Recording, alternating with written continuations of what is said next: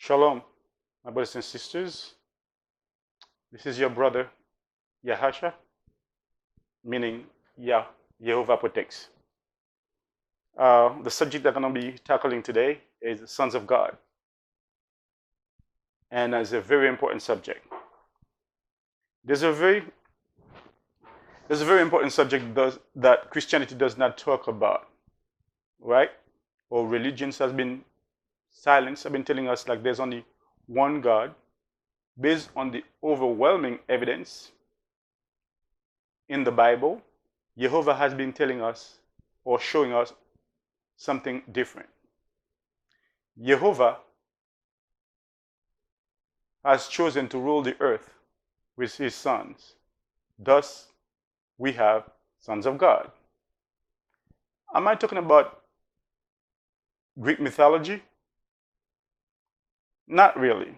It might sound like it, but that's not the case. Throughout the version of the Bible, and we see proof, we found proof that the sons of God does exist in the Bible. Before you dismiss me, let me explain. Yes, I do believe there's only one God, omnipotent, omniscient, but he has given power to his angels to perform miracles, send messages, and watch over mankind. There are some group right now who no longer believe in the Trinity. And some recognize only one God, and his name is Allah. Let Jehovah explain through the Bible about the sons of God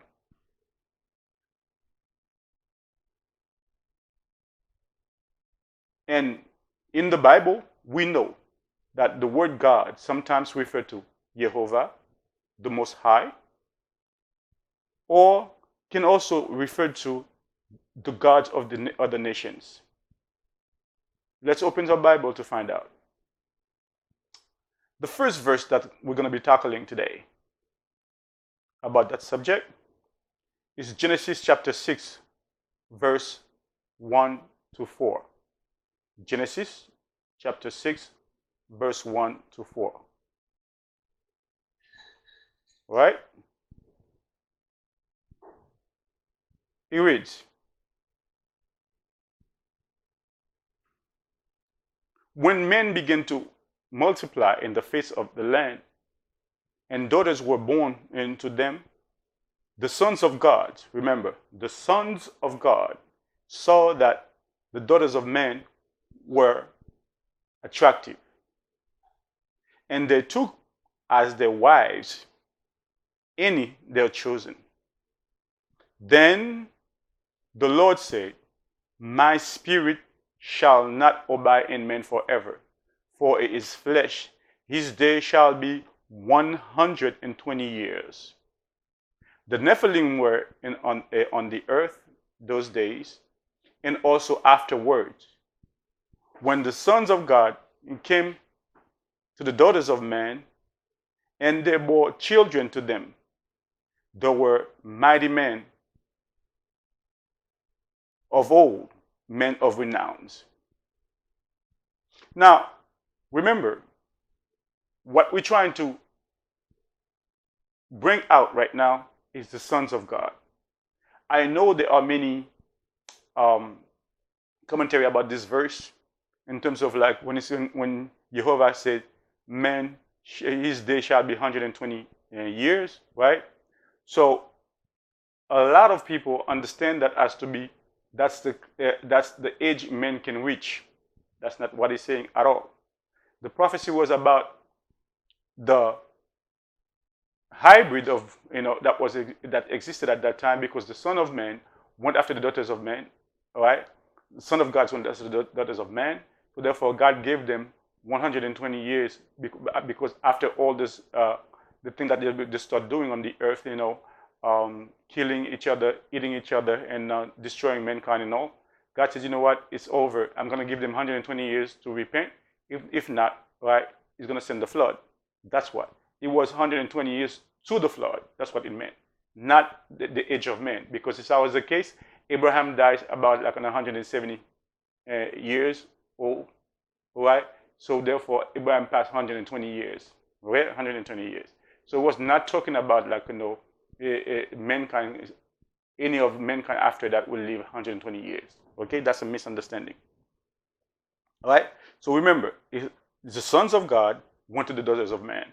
So that's why God like to get so upset with them, right? With the descendant, and he sent the flood because they weren't supposed to go after men, the women. Okay. So this is a parallel between like a Revelation chapter 14, where Jehovah restore what was lost with those sons of God, because like he says in 144,000 they did not defile themselves with women, which means like when they have when they have the resurrected body, right? So they don't go after women to reproduce anymore, right? That's why they say like they were virgin, and then they did not defile themselves with women.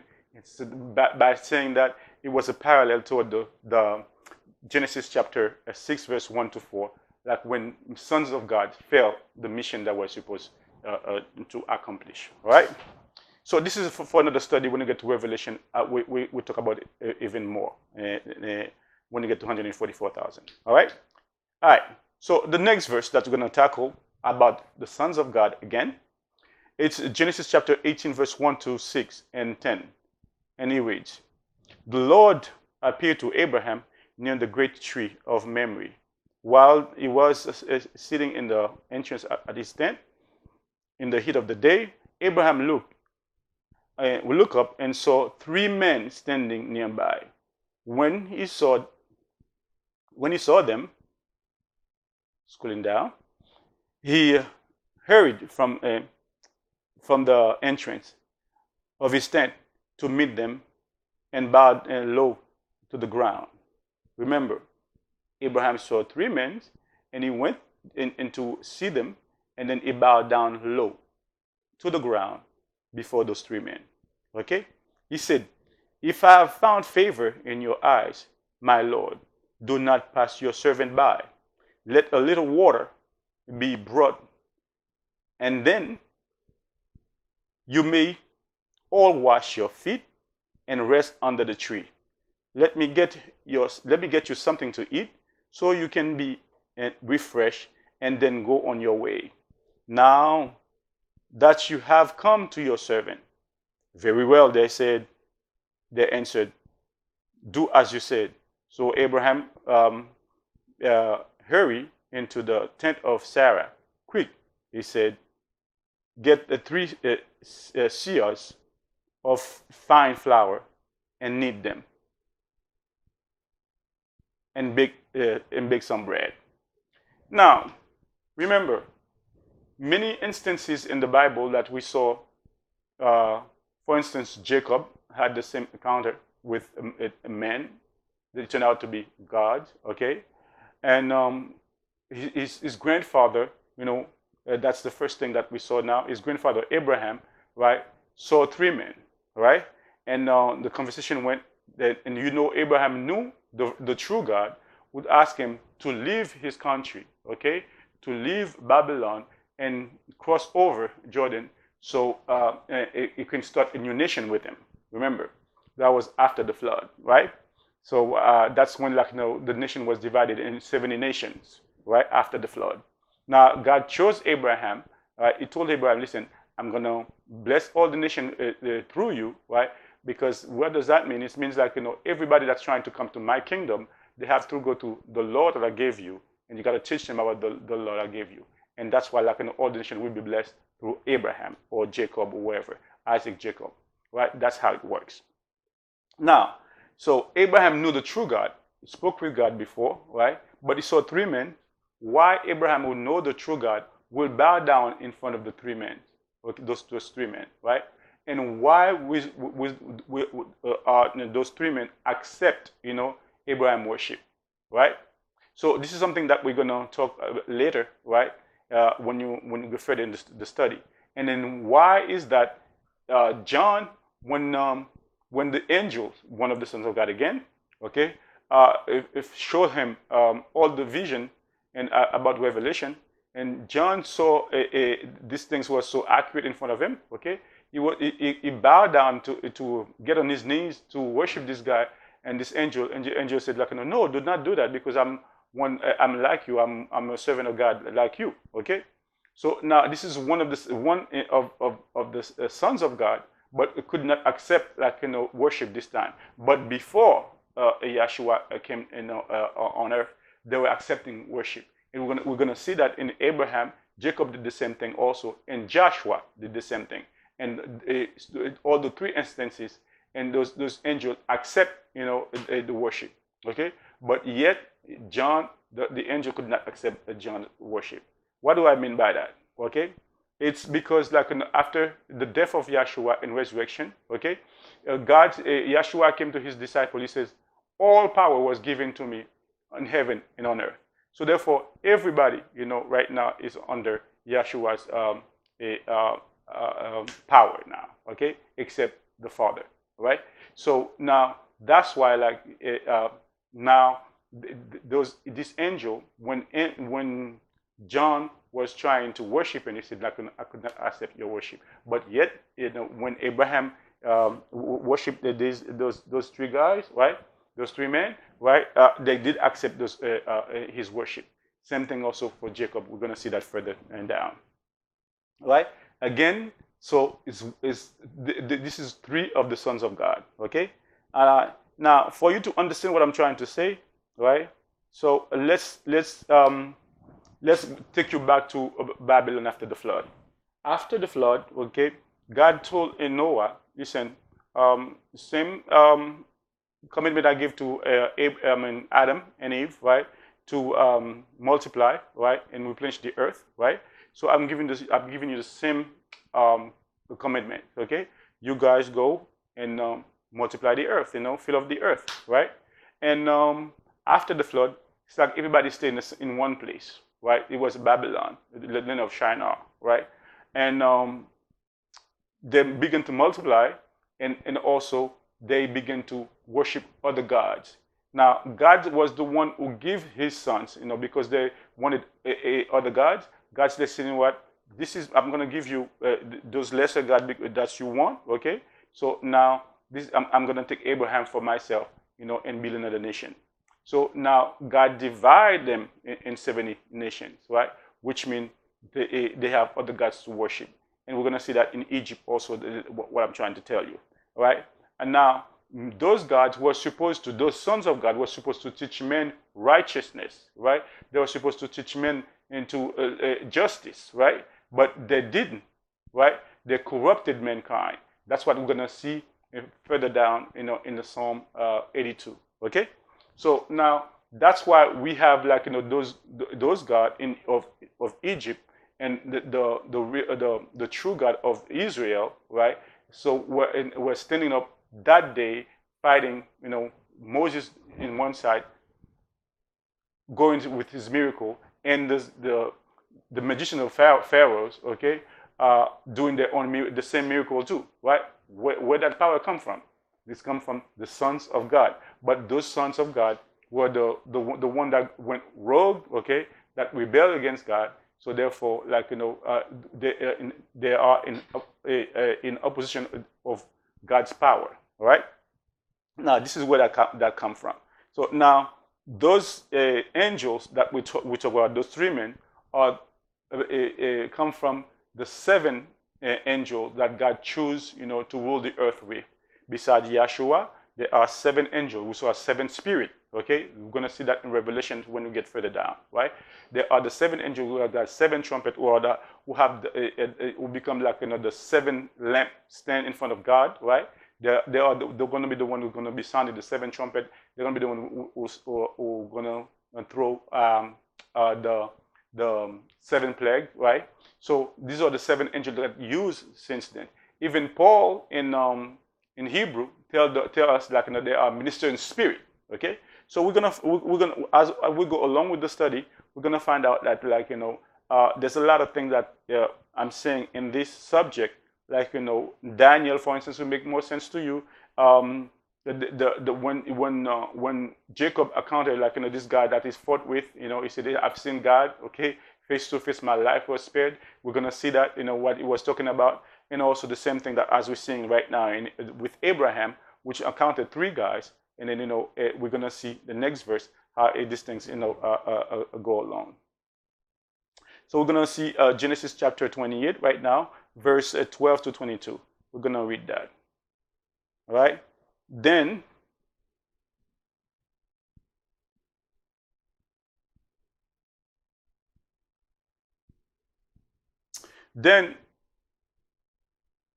he dreamed. Genesis chapter 28, verse 12 to 12 to 22. Then he dreamed, and behold, a ladder was set up on the earth, and a top reached to heaven, and the angels of God were ascending and descending on it. And behold, the Lord stood above it and said, I am the Lord God of Abraham, your father, and God of Isaac.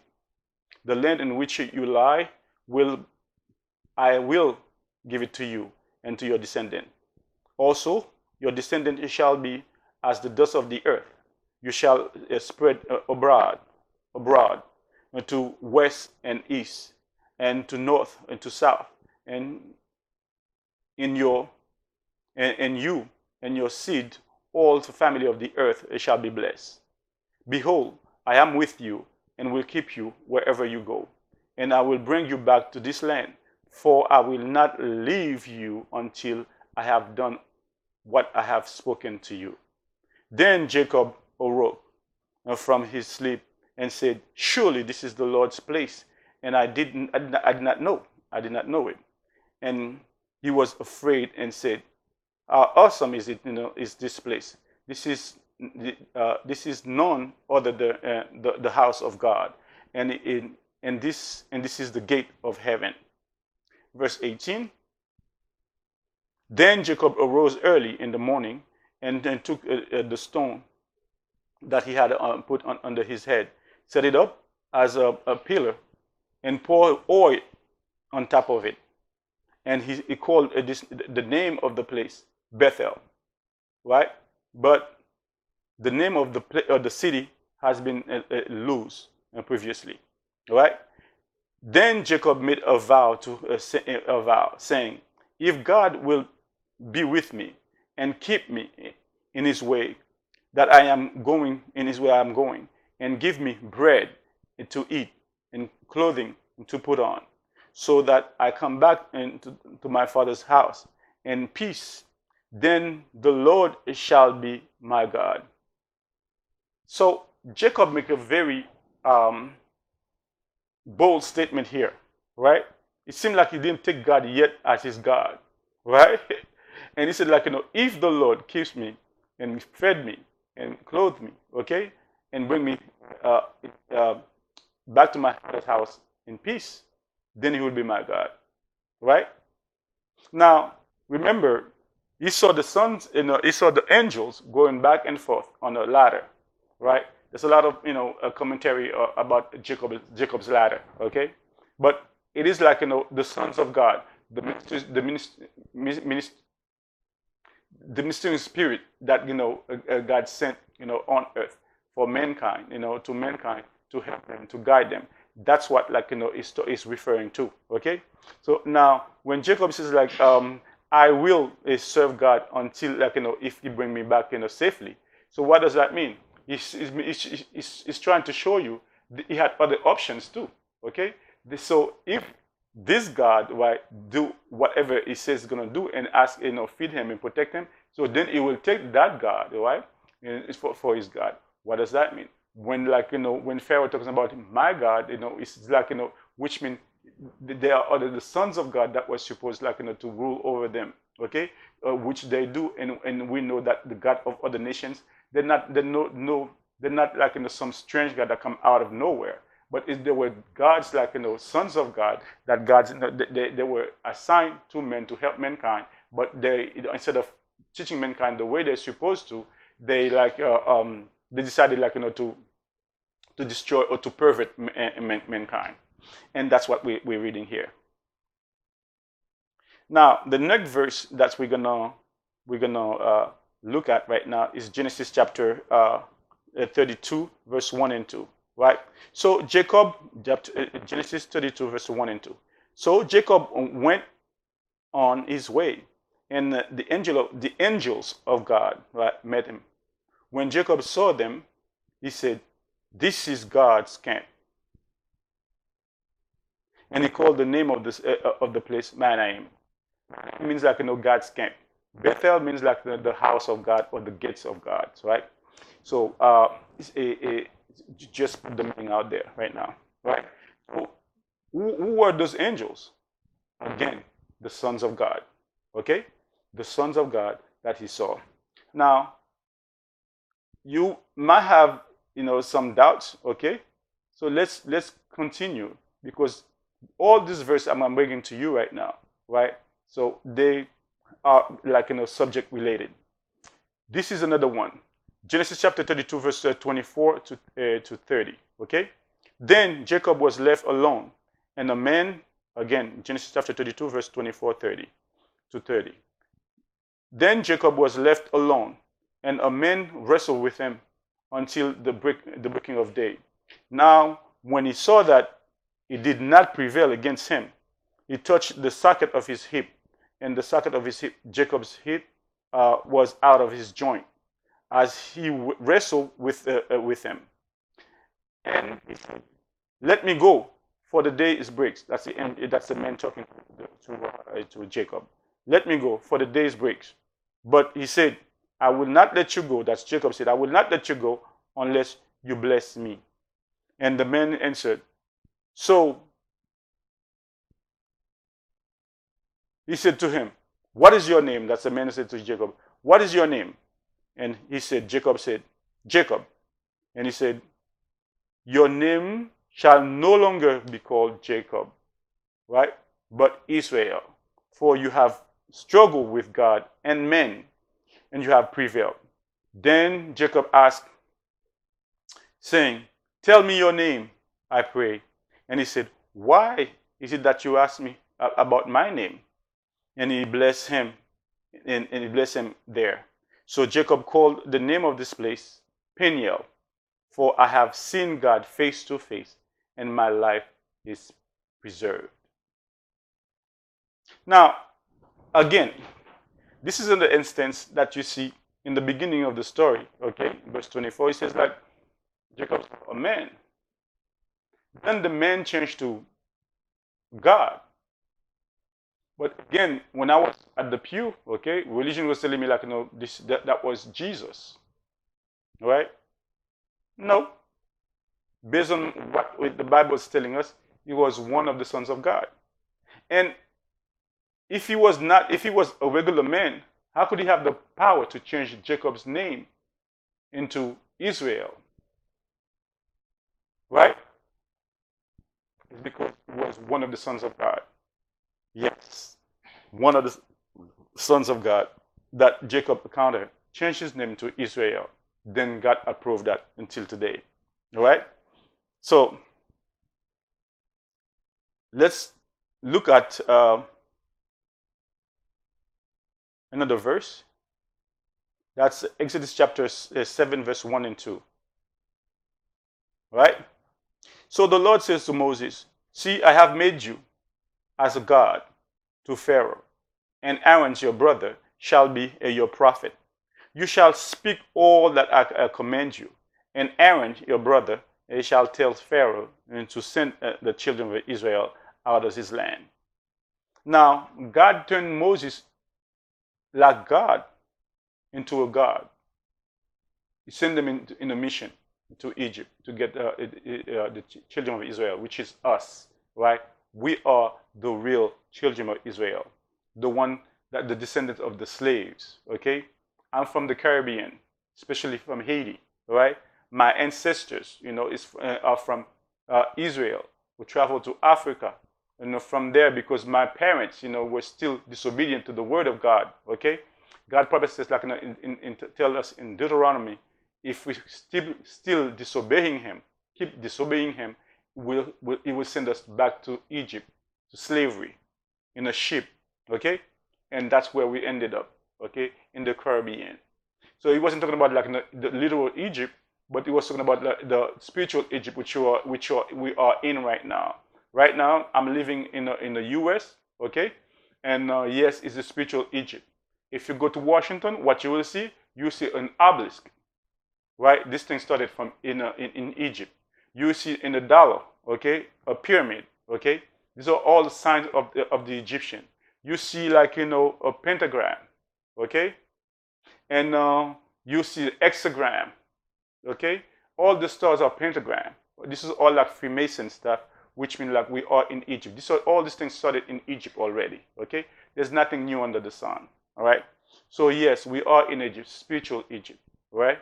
So now some of us are coming out of our sleep right now. So I mean, we going back to the commandments of God, not only the 10 commandments, but all the 483 commandments that God gave us, without like the ceremonial laws. Okay, it was 613, including the ceremonial laws. But we don't need to do this anymore. No sacrifice for animals.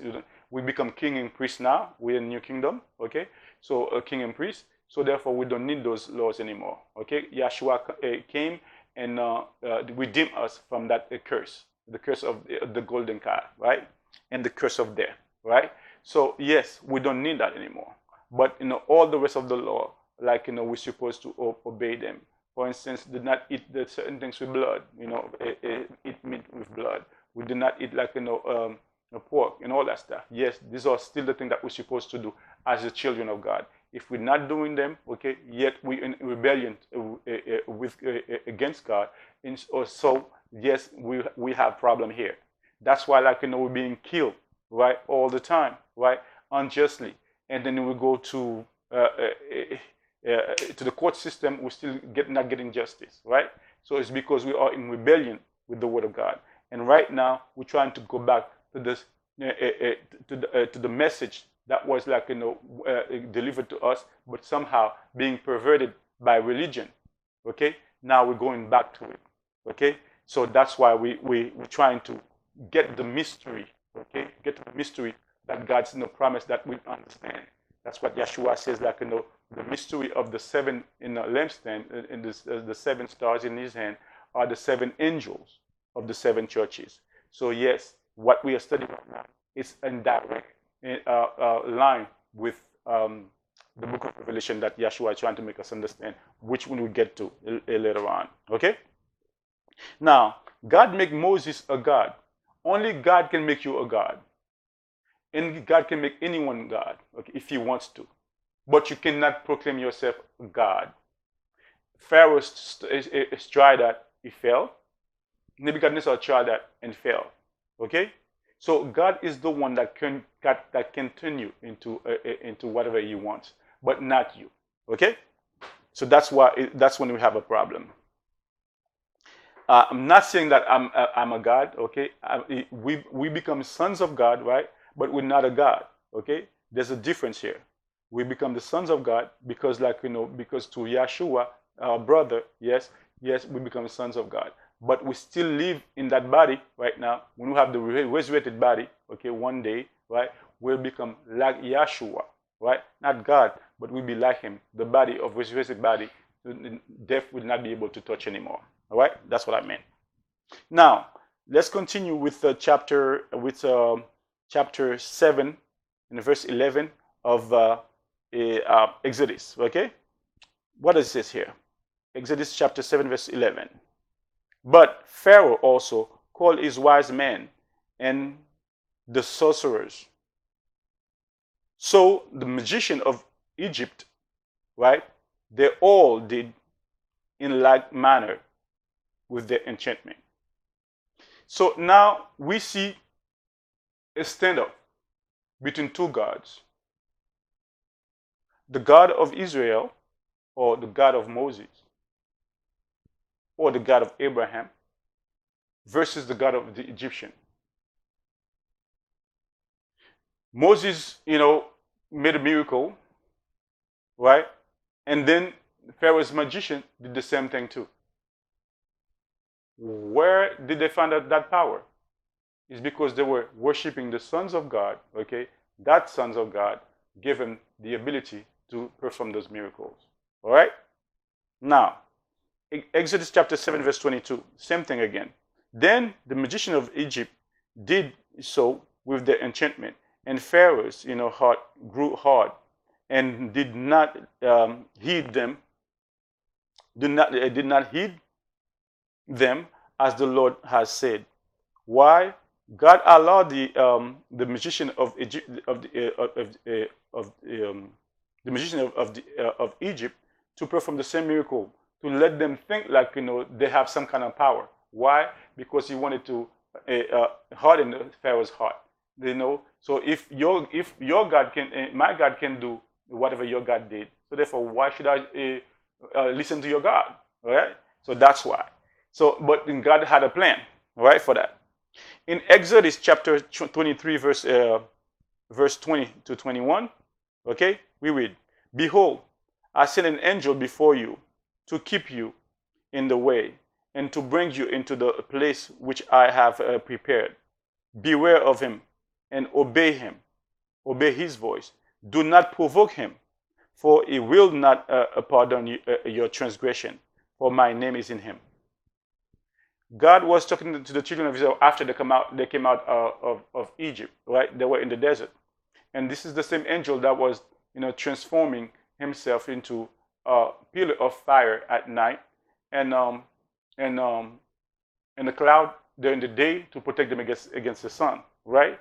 So God told them, you know what? Do not disobey him, okay? So he will not forgive you, right? Because my name is in him.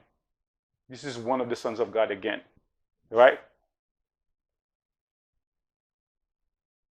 So let's go to Joshua, right? Chapter 5, verse 13 to 15. Verse 13 to 15, right? What does he say here? Joshua, chapter 5, verse 13 to 15. "And it came to pass, when Joshua was by Jericho, that he lifted his eyes, and he looked, and behold, a man stood opposite of him, with his sword drawn in his hand. And Joshua went into him and said to him, Are you for us or for our adversaries? So he said, No, but I'm a commander of the army of the Lord. I have now come. And Joshua fell in his face and on the earth and worshiped. And he said to him, What does my Lord say to his servant? Then the commander of the Lord's army said unto Joshua, Take the sandal of your foot, for the place where you stand is holy. And Joshua did so. I hope some of you can see the speech, the similarity in the speech of that angel, okay, of that God, of that man, okay. It's the same thing that was said to Moses when Moses saw the burning bush, right? He was trying to approach it, and then he heard a voice that said, like, do not come closer, right? But the place where you are at right now is holy. Take the sandals of your feet. It's the same thing he's saying to Joshua too, right? Almost like 80 years later, in a sense. I think, or 40 years later. Yeah, about 40 years later. Okay? So he told Joshua the same thing. And remember, this guy, right, Joshua, when he saw him, he bowed down, he worshiped him. And the angel did not say, like, do not worship me because I'm a servant, like you. He accepted the worship. Right? What does that mean? Again, there were times when the sons of God could accept worship before, until Yeshua came. Right? So when Yeshua came, things changed. Right? They don't accept that, and they become the servant of Yeshua now. Okay? Now, again, Yeshua was, Joshua, was, or Yahshua, same thing, um, was like, with Moses, receiving the commandments from God, knows, about what God said. They knew. He knows about what God said, right? So why would if this guy was not a God, what would, why would Joshua worship him? Again, the sons of God, one of the sons of God.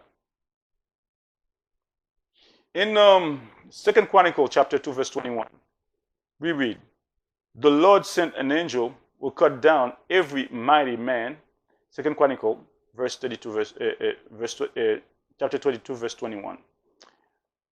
"The Lord sent an angel who cut down every mighty man of valor, leader and captain in camp of the king of Assyria. So he returned shamefaced to his own land. And when he had gone into the temple of his God, okay, some of his own offspring struck him and down with the sword there." Now, this is an instance where, I don't know if you remember the story about Sennacherib, who was a king of Syria, was attacking Israel. And for some reason, he was, buffing his chest, saying like, his God is so great, right? So he had like, already destroyed many other nations. So the God of Gazan couldn't stop him. The gods of Aaron could not stop him. The God of Rezeph could not stop him. The God of Eden could not stop him. The God of Telassar cannot stop him. So he come to invade Israel. He said, like, your God cannot stop me either, because your God probably gave you up in my hand.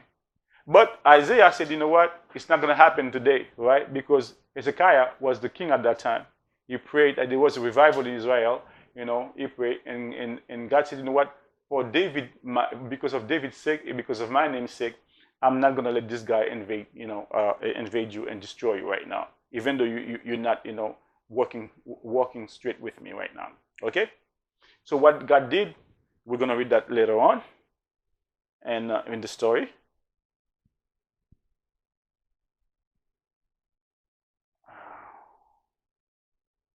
All right? And that's why you're gonna. This is almost the same thing also in 2 King 19 verse 12, right?